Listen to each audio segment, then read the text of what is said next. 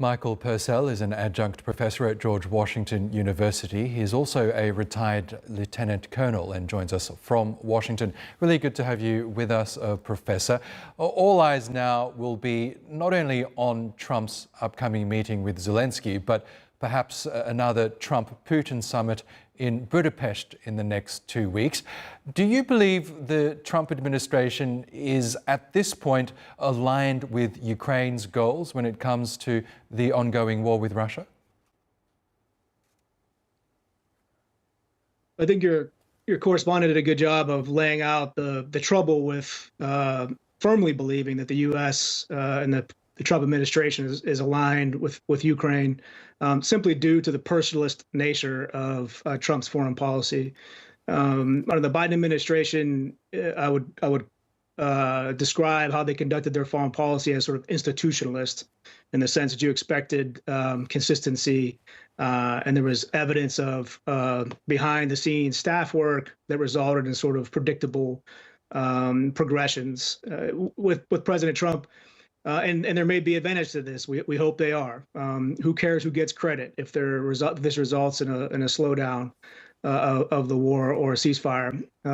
But the bottom line is he's been so inconsistent, and I think that it is true that we've seen waffling based on who the last person that he talked to, whether it be Zelensky or Putin. One thing I wouldn't mention is that what everybody wants that's in favor of supporting Ukraine is an opportunity for Ukraine to be considered as a participant in these negotiations at the same level as Russia. And this continued restriction, if you will, from Putin that he only meets with President Trump certainly feeds his goal of being seen as a great power, both internationally and domestically, and is not working in Zelensky's favor.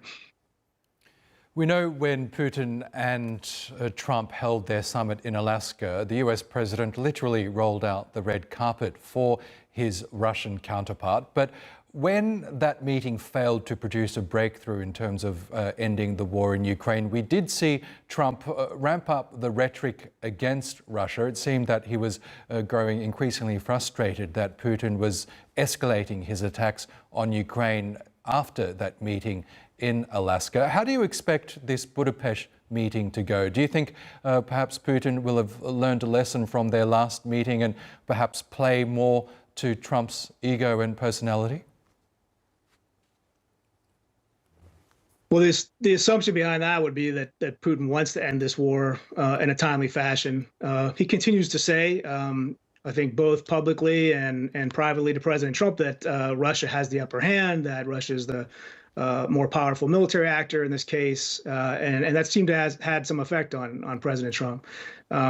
Without using the word, I think he's engaged to some degree, even instinctively, just in escalation management. So the idea of providing tomahawks, I think, was for President Trump an opportunity to grab some kind of leverage that would certainly not change necessarily the overall battlefield dynamics, but is a dangerous weapon in the sense that the range exceeds well beyond Moscow, and the feared sort of decapitation attack that would take out a key figure or even a ministry, right, in Moscow is dangerous. And then secondly, we hear from the Russians again and again this sort of reference to President Trump and his desire to, or I would say they even lure him into this, what might be more of a trap than anything, idea that somehow the end of the war will result in some kind of enormous, in the words of Ushakov, the Russian diplomat, increase in Russian-U.S. trade, which historically has not been particularly robust. And any sober look at it would tell you that that's not something to predicate an end to this war on. Okay, Michael Purcell, we'll have to leave it there. Thank you so much again for joining us on the program. Yeah, thank you.